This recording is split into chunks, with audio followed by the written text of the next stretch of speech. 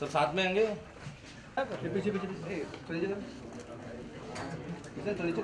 अरे भाई कैमरा आ रहा है।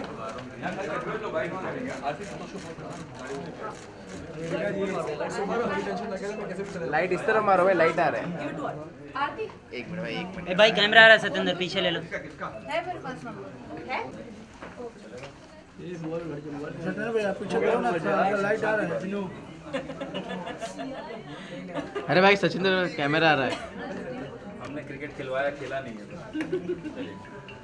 चलिए क्या बोल रहा है पूछे कि क्या बात है। स्माइलिंग चीज। अरे मेरा पेट अंदर होगा वही फोटो इस्तेमाल करेंगे। चलो थोड़ा बहुत इंटरव्यू जो भी आपको पिक्चर के आइडिया को कहाँ से मिला? जो आइडिया क्रिकेट और कॉन्सेप्ट जो क्रिकेट और बटालियन जो एक आर्मी के साथ बेसिकली 70 सालों से आप भारत का इतिहास देखें और पाकिस्तान का इतिहास देखें तो जब भी छोटी मोटी जंगें होती है और हमारे फौजी और पाकिस्तान की फौज जब शहीद होती है तो सबसे पहला जो असर आता है वो इंडिया और पाकिस्तान के क्रिकेट मैच पर ही आता है। और तो ये आइडिया 70 सालों से चला रहा था, इसको जस्ट कैश करना था मुझे। That is the basic idea of the film, what is happening from 70 years and what will happen in the future also, यही होगा। बड़ा ही अच्छा आइडिया कि सही बात है। वैसे भी हिंदुस्तान और पाकिस्तान के जो पब्लिक है, एक तो उनके ऊपर ये असर करता है, दूसरा क्रिकेट पे। तो जैसे सवाल पूछा गया था, डायरेक्टर साहब ने बिल्कुल सही जवाब दिया कि जब भी हिंदुस्तान और पाकिस्तान के बीच में कोई भी अदावत होती है, रंजिश बढ़ती है, तो क्रिकेट ही है जो कि सफ़र करता है। और वैसे मैं तो इस राय का हूँ कि अगर बॉर्डर पार से आतंकवादी आते रहेंगे तो क्रिकेट खेलने का कोई मतलब नहीं है। पर डायरेक्टर साहब ने क्रिएटिव लिबर्टी लेते हुए एक सुझाव कहेंगे देने की कोशिश की है कि एक पीसफुल भी तरीका है। Sports also can sometime diminish the animosity between two countries. फिर कितना कामयाब होते हैं। मेरा कहना फिल्म में बड़ी था कि अगर हिंदुस्तान पे कोई भी अटैक किया, जैसे तालिबान हरदम प्लान करता है अटैक, या पाकिस्तान जब भी प्लान करता है, इंडिया उसका मुंह तोड़ जवाब देगी।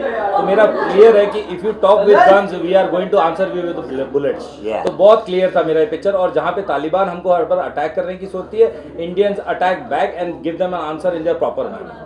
क्रिकेट हम तब खेलते हैं जब पाकिस्तान हमें अप्रोच करता है कि उनको क्रिकेट मैच खेलना है, तभी स्क्रिप्ट में क्रिकेट आता है, नहीं तो हमने किसी चीज के लिए पाकिस्तान को अप्रोच नहीं किया इस वजह। हाँ, ये this was the best point of the film if you go to see कि वाकई में हम नहीं कहते हैं कि भाई हमें आपसे क्रिकेट खेलना है। वो लोग जब ऑफर करते हैं कि अगर इतना ही तुम्हें घमंड है अपने गेम पर, तो 18 किलोमीटर की शर्त लगा लेते हैं, जो गेम जीतेगा उसका हो जाएगा वो किलोमीटर।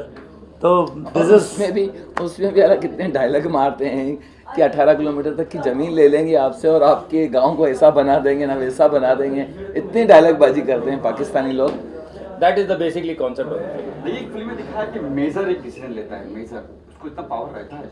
आम बात करना fiction film, it's purely a fictitious film. If I go to that you can't do anything like that.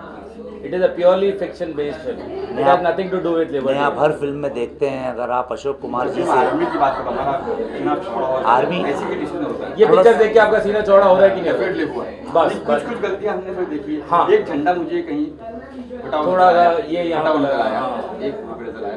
एक बार झंडा जो लकड़ी में था वहाँ पे उसकी सिलाई बराबर नहीं थी झंडे की। Actually we are extremely sorry. अगर गलती हुई है तो हम बहुत माफी मांगना चाहते हैं। हम किसी के सेंटिमेंट को हर्ट नहीं करना चाहते। भारत हमारा भी देश है, हमारा झंडा है, हमारे लिए शान की बात है, बड़ा गर्व होता है हमें उस झंडे को लेकर। पर ऐसे इंटेंशनली कुछ नहीं था। अगर शूटिंग के दौरान कोई ऐसी बात रही हो तो ये ख्याल नहीं किया। We are extremely sorry if we have done anything wrong. We would like to ask for forgiveness. Yes, sorry. Yeah, we seek your forgiveness. अच्छा, यहाँ देखा है मोदी जी को भी आपने दिखा दिया है। एक तरह से मोदी अच्छे दिन आ गए, लगता है अच्छे दिन आ गए। Of course आ गए, of course आ गए। अच्छा 11-12 किसे मानते हो? उरी से कॉम्पिटिशन मानते हो? उरी एक फिल्म है मेरे ख्याल से, कोई टॉपिक पे है। सर हमारे सामने सारी बड़ी फिल्में हैं। उरी बड़ी फिल्म है, एक्सीडेंटल प्राइम मिनिस्टर। हम छोटे लोग हैं, हम छोटा ही बिजनेस करना चाहते हैं। हम हमारी भी उरी से कम नहीं है।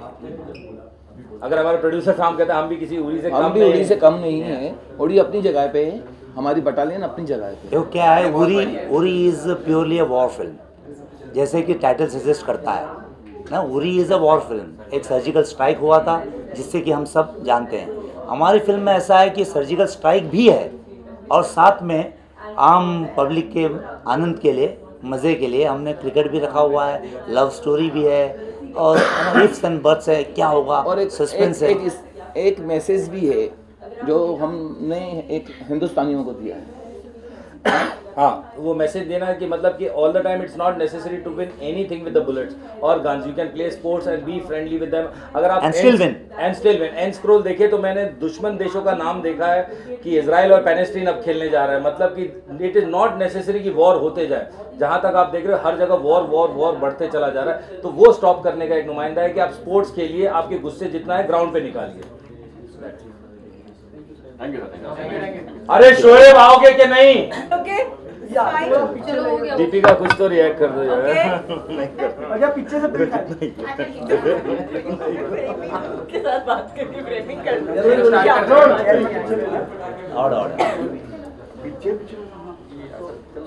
ओके। चलो पहले किससे पूछ रहे हैं? हाँ चलिए हीरो से चालू करिए। एक्साइटमेंट क्या, कैसा रिस्पॉन्स रहा आपका?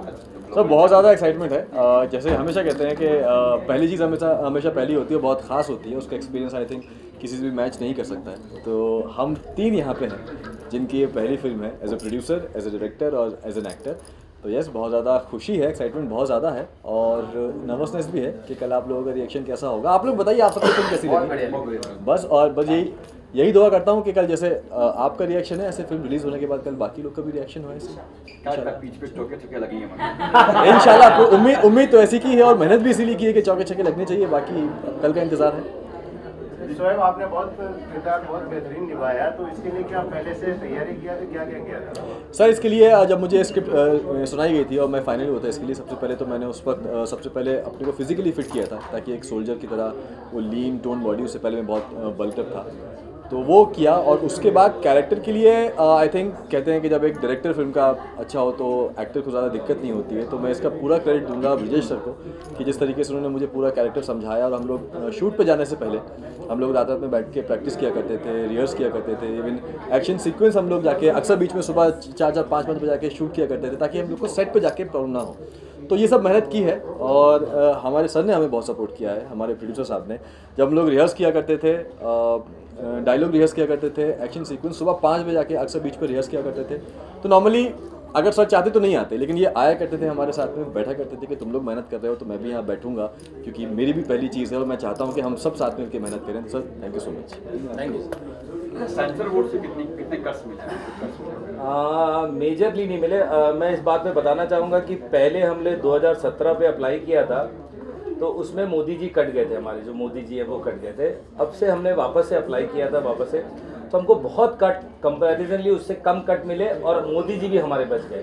तो I would be thanking the chairman of the sensor board for all the things he has done. And मतलब मुझे ऐसा लगता है कि मैं बहुत बहुत बहुत शुक्रगुजार हूँ उनका। Thank you very much.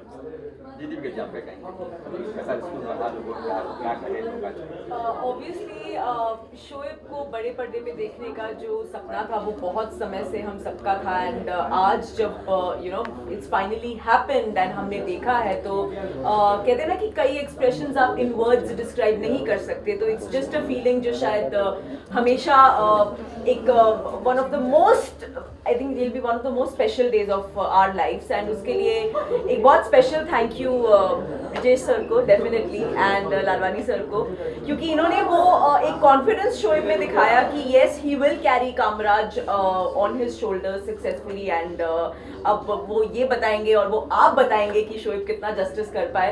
And या दैट्स बहुत नर्वसनेस है, बहुत एक्साइटमेंट है कि कल आप सबका रिएक्शन और जनता का रिएक्शन क्या होगा। क्योंकि हम जब ये कुछ एंटरटेनमेंट कुछ भी हम लोग करते हैं तो मेन रिएक्शन जो है वो हमारी जनता का होता है और वही हमें जज करने वाली है। तो बस उसी का इंतजार है। फिल्म को आगे पीछे कर ले क्योंकि काफी फिल्म लगा ना आपको कि पीछे आगे कर दो पीछे कर लो या डेट्स को चेंज कर लो। मैं सब बहुत डिस्कशन था ये सब नवंबर के महीने में कि डेट्स कौन सी होनी चाहिए और जब तक दिसंबर आया तो बहुत सारी चीज़ डिस्कस हो रही थी। और बहुत हमारे प्रोड्यूसर साहब ने बोला मुझे स्क्रिप्ट पे मेरी फिल्म पे पूरा भरोसा है, we go on the level, वो कहीं बैकआउट नहीं है। एक्चुअली पर उरी का डेट हमारे बाद अनाउंस हुआ है। हम लोग ने जब डिसाइड कर लिया था कि 11 जनवरी को हम लोग रिलीज़ करेंगे और उसके लिए हमने अपनी मार्केटिंग और वगैरह वगैरह सबको सारा तैयारी कर ली थी। उसके बाद उरी आई है एक्चुअली पिक्चर में। हमारे पास देना इनका डर। मैं तो प्रोड्यूसर की तारीफ कर रहा हूँ, ये क्या बोल रहा है? नहीं काट ये काट देना, ये हमारे सच्चे एक्टर है। नहीं शोएब में जब आपको पता चला कि डेट 11 है, इसमें इतनी सारी फिल्में रिलीज हैं, तब आपका क्या रिएक्शन हुआ, क्या हुआ, आपको क्या लगा? सर मेरा भी जवाब वही होगा जो ब्रिजेश सर का है। बट मैं एक चीज़ बोलूँ कि हम दोनों का कंटेंट बहुत अलग है। वो रियलिस्टिक पूरी फिल्म है कि सर्जिकल स्ट्राइक पूरा कैसे हुआ, और हमारी फिल्म आपने देखा होगा फुल फिक्शन है, इसमें मसाला है, बॉलीवुड है, वॉर भी है और साथ में क्रिकेट भी है। तो हम दोनों का जॉनर बहुत डिफरेंट है और हम भी सबसे उम्मीद यही करेंगे और यही आप सबसे वादा करते हैं कि आप निराश नहीं होंगे हमारी फिल्म देख के। तो कल जाइए देखिए। ट्रू नहीं मैंने बोला true same to same answer. Producer साहब को पीछे ना प्लीज यार, पैसे लगे। बोल रहे नहीं सर आप तो कुछ, अब हम लोग आप पूछेंगे तो हम कुछ अच्छा आपको क्या लग रहा है, डर लग रहा है, महसूस हो रहा है, क्या होगा कि कल 11 फिल्म रिलीज हो रही है? नहीं मुझे डर नहीं लग रहा है, मुझे बहुत खुशी हो रही है क्योंकि ये पिक्चर मेरा एक सपना था जो कल रिलीज़ होने जा रही है।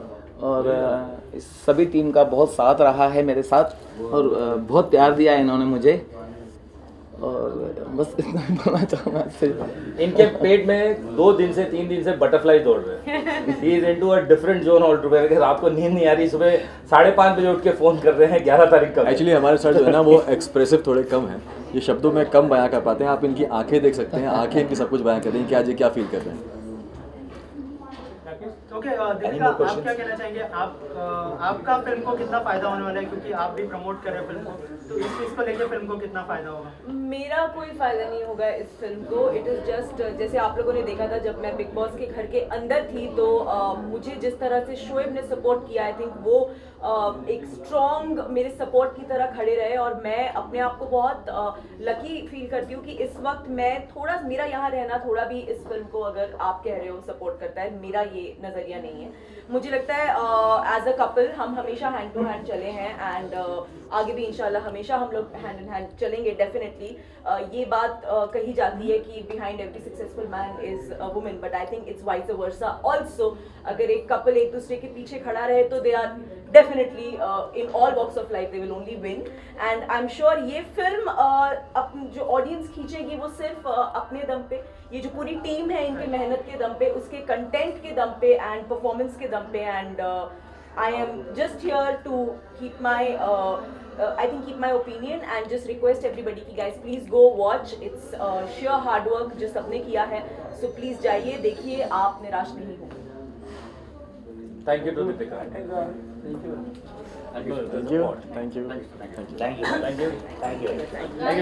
चलिए सर क्या कहेंगे सर, आप कैसा रिस्पॉन्स रहा आज का? लोगों ने देखा भी, लोगों ने सराहा है। शुक्रिया।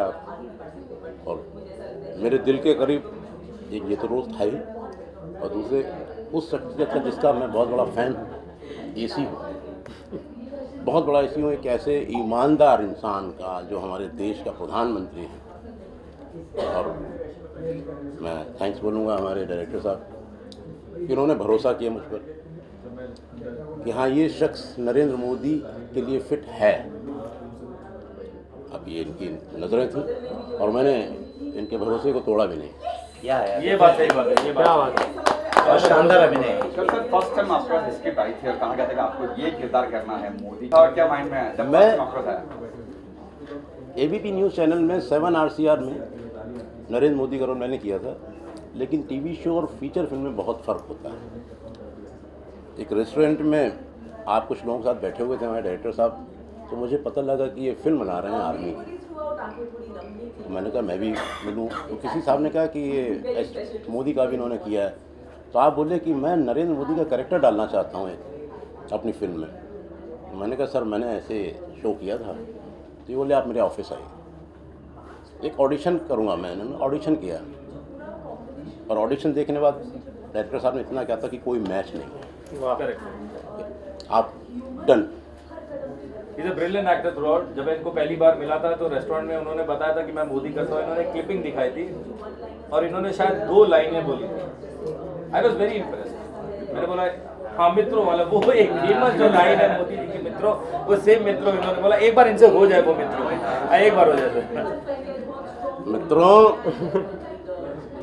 ये जो फिल्म है इसे आप लोग देखें और सराहें कि हमारे ब्रजेश त्रिपाठी जी ने ये जो फिल्म बनाई है ये पूरे हिंदुस्तान में एक नया आयाम रोशन करे, एक नया नाम रोशन करे। ये थोड़ा इमोशनल है, थोड़ा भावुक है, इसलिए वो लेवल नहीं पकड़ पा रहे, नहीं तो इन्होंने बहुत अच्छे लेवल पकड़े हैं। तो इन्होंने परफॉर्म किया था एक क्लिपिंग, मतलब then I called him for, उनको एक सेट पे बुलाया था मैंने एक जस्ट देखने के लिए, टेस्ट के लिए, and with in 1-2 line it was perfectly matching and I M said कि this is perfect Shukla ji, और कुछ नहीं चाहिए मुझे, इतना ही चाहिए, यही चाहिए। और एक जो बेस लाइन थी इस पूरी पिक्चर में जो एंड में आप सुना के अच्छे दिन आ गए, that was the best part of it. If you say Narendra Modi speak this is the best line you have. 18 kilometre जमीन वापस मिली इसी लाइन की वजह से, इसी लाइन की वजह से। जी बाजी आप करेंगे।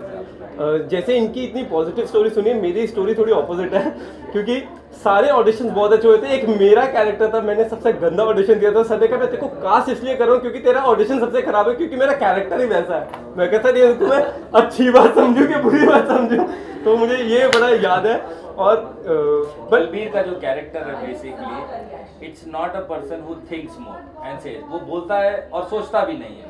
तो एक जो कैरेक्टर इनका फ्लो रहता है वो चलते चलते चले जाता है, चलते चले जाता है, वही चाहिए था। और एक इनोसेंस की जो डेथ होती है इंटरमिशन में, जो बलबीर की डेथ होती है, that would be more shocking. और उसके एक सीन पहले आप एक देखते हैं कि वो अपने बच्चे से बात करता है क्रिकेट बैट खरीदने के लिए, और वो क्रिकेट बैट जो खरीदा रहता है उसी क्रिकेट बैट की डेथ होती है उसकी। तो बलबीर का जो कैरेक्टर था that was more very light, कि मुझे ऐसा कोई एक्टर नहीं चाहिए था जो मेथड एक्टिंग करे या कोई सोच के एक्टिंग करे या बिलीव करके एक्टिंग करे, ऐसा कुछ नहीं चाहिए। जो टेबल पे इनोसेंस लेके आया। हाँ, जो टेबल पे इनोसेंस।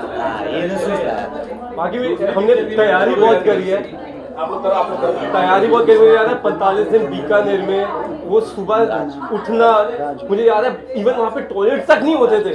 तो वो जो पूरे एक हमने 45 दिन गुजारे बीकानेर में, बहुत ज़्यादा था। एंड आज जो रिएक्शन मिला है सबसे, तो लगता है कि फाइनली फिल्म आ गई है, तो बहुत खुशी हो रही है। और मैं सबको प्लीज़ रिक्वेस्ट करूँगा कि बटालियन 609 कल आ रही है 11 जनवरी को, प्लीज़ सब देखें। बड़ी प्यारी फिल्म है और दिल को छुएगी आप।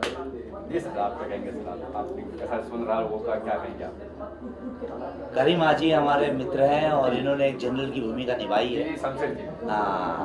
हम याद है 3 एक्टर हैं, राज, मैं और चंद्र प्रकाश ठाकुर, इन्हें हम प्यार से सीपी बुलाते हैं। तो डायरेक्टर साहब ब्रजेश भाई ने हमें गाइड किया, एक ग्राफ दिया हम तीनों को, ताकि हम वो किरदार आगे ले आए बिना टकराए एक दूसरे से। बहुत मज़ा आया। ब्रजेश हमारे बहुत पुराने दोस्त हैं, वो राइटर है, डायरेक्टर है, और उन्होंने मुझे फिल्म नरेट की थी और मैंने ब्रजेश से कहा था, ब्रजेश ऑल द बेस्ट, आप positive energies are with you. पहले शेड्यूल में हमारा रोल नहीं था और मुझे ऐसा लगा कि शायद ये फिल्म में भी रोल नहीं मिल पाएगा। और फिर पहली शेड्यूल ख़त्म हुई और फ़ोन आया ब्रजेश का, Karim we are starting the second schedule, आ जाओ। And CP and me and हम इकट्ठा बहुत काम किए हैं, बहुत मज़ा आया। फिल्म में एक सरदार जी साहब का रोल प्ले करने का मौका मिला है और हमेशा देखा गया कि इंडियन आर्मी में सरदार जियों ने बहुत बहुत अहम भूमिका निभाई है और मुझे मौका मिला और I am very grateful to him, because मैं शेव नहीं करना चाहता था क्योंकि मैं कंटिन्यूटी में हूँ, दूसरे जगह भी काम ढूंढते एक्टर्स हम सब। उन्होंने कहा करीम आप सरदार जी बन जाओ और ये रोल आप ही को करना है। मैंने कहा ब्रजेश मैं पंजाबी नहीं बोलता इतनी अच्छी, बोले नहीं आप एक डिग्निफाइड जनरल हो, आप इंग्लिश में बात करोगे और आप बिल्कुल एक एजुकेटेड और एक वेल बिहेव्ड जनरल हो। Brijesh, thanks a lot, bro. Thank you, Aji, for being a part. I'm very thankful to all my actors who've been part of Battalion. इस फिल्म की खासियत यही है कि इतने प्यारे प्यारे कैरेक्टर्स हैं ना जो सर ने बनाया। Thank you sir. Thank you very much all the actors. Specially मैं ठाकुर साहब का जो रोल था, मैं एक ऐसे एक्टर को ढूंढ रहा था। Basically I was looking for Danny Denzongpa, but I can't afford Danny Denzongpa, definitely I can't afford him, but I was looking for somebody who could act in that formation of throwing out that anger. if you see Thakur's role in the film, CP Thakur's role, he throws that anger in a style and a mannerism to Kamraj. For the first time I met Thakur साहब, ठाकुर जी को जब पहली बार मिला, वो पहले table पे बैठे और जिस तरह का उन्होंने हमने डिस्कशन किया और जो बातें बोली, मुझे लगता था मेरा यशवंत यही है. I can't see anybody else. I thank you very much Thakur. Thank you very much. All the best.